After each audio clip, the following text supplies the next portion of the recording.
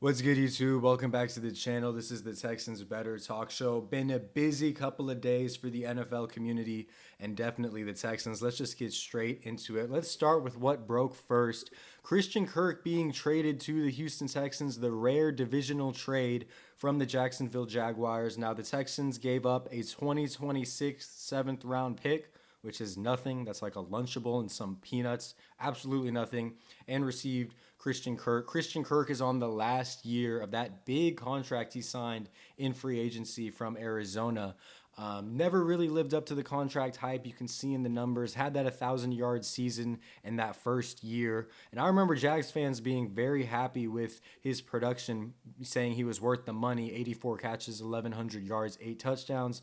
Since then, it's dwindled. The games played has dwindled. Obviously, is coming off a broken collarbone. You're not too worried about the broken collarbone if you're the Texans. That's kind of a freak injury. It's not a knee. It's not an ACL. And on top of that, we are hearing people say that this draft class, and this has been said for a while, but the wide receiver class this year isn't amazing. I think you have to kind of take that with a grain of salt. But when you look at where the Texans are selecting at 25, like there's a real chance that you're going to have to choose between Luther Burden and maybe reaching on a guy. Emeka Ibuka's draft stock has done nothing but rise. Matthew Golden's draft stock has done nothing but rise to the point where you're almost sitting there wondering, are either of those guys going to be there at 25? It's seeming less and less likely. The flip side of that is Luther Burden's stock seems to be fallen to where Burden does seem like he could be at that 25 spot. But GMs, I think the draft community is higher on him than GMs. I think GMs are starting to see that 600 yards of production at Missouri and really scratching their heads. So for me, this needed to happen regardless. I don't care if they planned on drafting, Ted McMillan at 5 or whatever. The Houston Texans needed more bodies in this wide receiver room, and I genuinely think this was one of the best moves they could have made. I see him as a slot guy, not really going to be an outside threat, which is fine because you have Nico, and you've never really had that slot presence. You try to do it with Diggs, that obviously ended poorly. Now you do it with Kirk. I think Kirk is a much better option than Cooper Kupp was. Cooper Kupp's going to be way more expensive. I think Cooper Kupp is very close to being washed if he's not already. Like, I really am low on Cooper Kupp for this 2025 season. Just injuries have kind of derailed him. And look, Sean McVay couldn't make it work in the playoffs with Cooper Kupp. That should say a lot. And if, I was kind of early on thinking that, hey, Nick Caley might end up selecting him because of his tie with, McVay, both of their ties. But now I'm thinking, hold on, if Sean McVay doesn't want Cooper Kupp, doesn't want it to work, then why would Nick Caley want that? So definitely think that Kirk was a much better choice. Yes, he's due $16 million. They're going to have to restructure that or something, change that number. I'm sure they're going to pay a good portion of it. But the reality is, Tutu Atwell just signed 1 year, $10 million with the Rams. Deebo Samuel just went for a 4th-round pick, and the Commanders agreed to pay his whole salary. So the wide receiver market is desperate right now, and I cannot stress how big of a decision this was for the Houston Texans. The ability to get in front of this, add a body to the room. If you want to call him a wide receiver 3, that's fine. Maybe with wide receiver 2 ceiling, that's fine. You needed a body so that you have a little bit of wiggle room when it comes to the draft. And now let's talk about this draft and what this signing means for the Houston Texans. Now, when it comes to this Christian Kirk signing, I think it means a couple of things.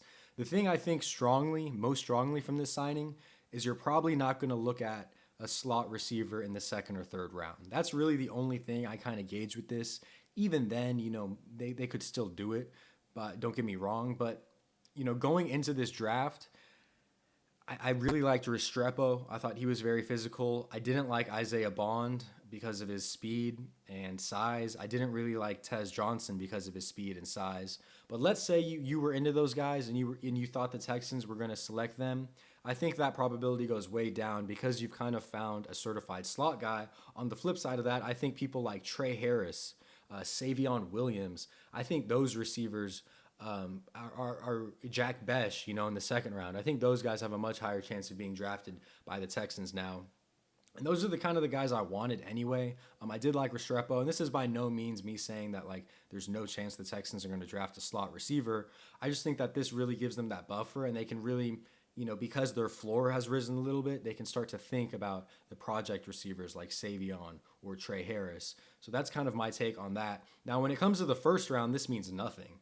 I mean, you want to draft Luther Burden at 25, Matthew Golden falls to you, Emeka Ibuka falls to you at 25. Like, this means nothing. Christian Kirk is by no means a solid, 100% wide receiver 2 at this moment, or a 1B at all. He could be, maybe, but like, he is not that at all right now. And he's coming off an injury, only 8 games played last year. So you need to go select a wide receiver in the first round. Like, that's still very much an option. But let's kind of pivot. Let's kind of pivot a little bit and talk about the other big news that broke today. I've been saying that it needed to happen, and it finally did. Shaq Mason is no longer with us. He's doing all right, but he is no longer on the Houston Texans. Look, the numbers don't lie. 62 overall grade. That's not good. 65th when it comes to guards. He was tied for the most sacks allowed at the guard position, which isn't great. Run blocking grade, not great. Pass blocking grade, not great. Look, I don't need to remind you and tell you that Shaq Mason was bad at football this year and that contract was a disaster. But there's a couple things we can take away with this. The first thing is maybe Popovich was being held back a little bit by Chris Strausser. Maybe, because Popovich has had history with Shaq Mason in New England. Nick Caley has had history with him, and Nick Caserio has had history with them. So I never really imagined they would be getting rid of Shaq Mason this soon, because he has 3 ties with people in New England, and he just came off signing an extension. So that really tells you what this coaching staff thought of Shaq Mason. He is not the guy anymore. He needs to go figure stuff out. He needs to get back in shape. He needs to go, hit the drawing board again, because he was not it in 2024. One of the worst guards in the league in 2024. And again, I don't have to I'll just emphasize it a little bit more, but I mean, he didn't know what he was doing at times. He would let free rushers come through the A gaps. He would, look the wrong way, and Stroud gets hit up the middle, like just awful, awful, awful. So, really happy with the decision to finally cut Shaq Mason, and really happy that they put those personal ties behind them.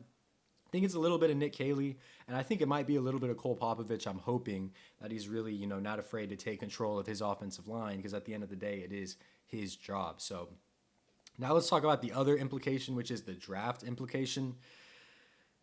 I do think the chances of them going O-line first round definitely increases. Now, obviously, given that they don't go sign a free agent guard, but the free agent guards, just to me, there doesn't seem to be too many of them that you're not going to have to pay an arm and a leg for.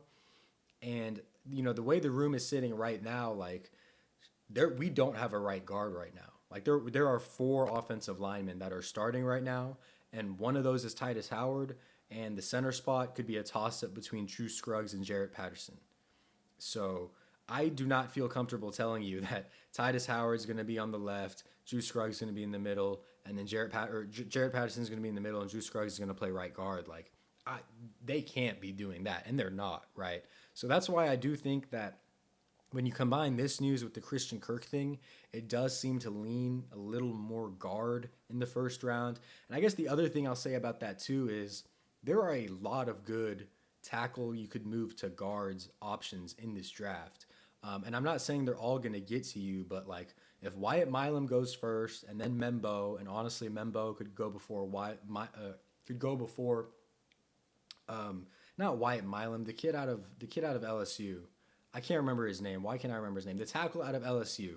Him and Membo probably going to be the 2 offensive linemen taken first. But then you've got Kelvin Banks Jr., you've got Tyler Booker. There are good tackle options. Even Gray Zabel making his way up to 25. I feel a lot better about hitting on an offensive lineman than rolling the dice on Luther Burden at this point, or really anyone not named Matthew Golden or Emeka Ibuka. So there's that aspect of it.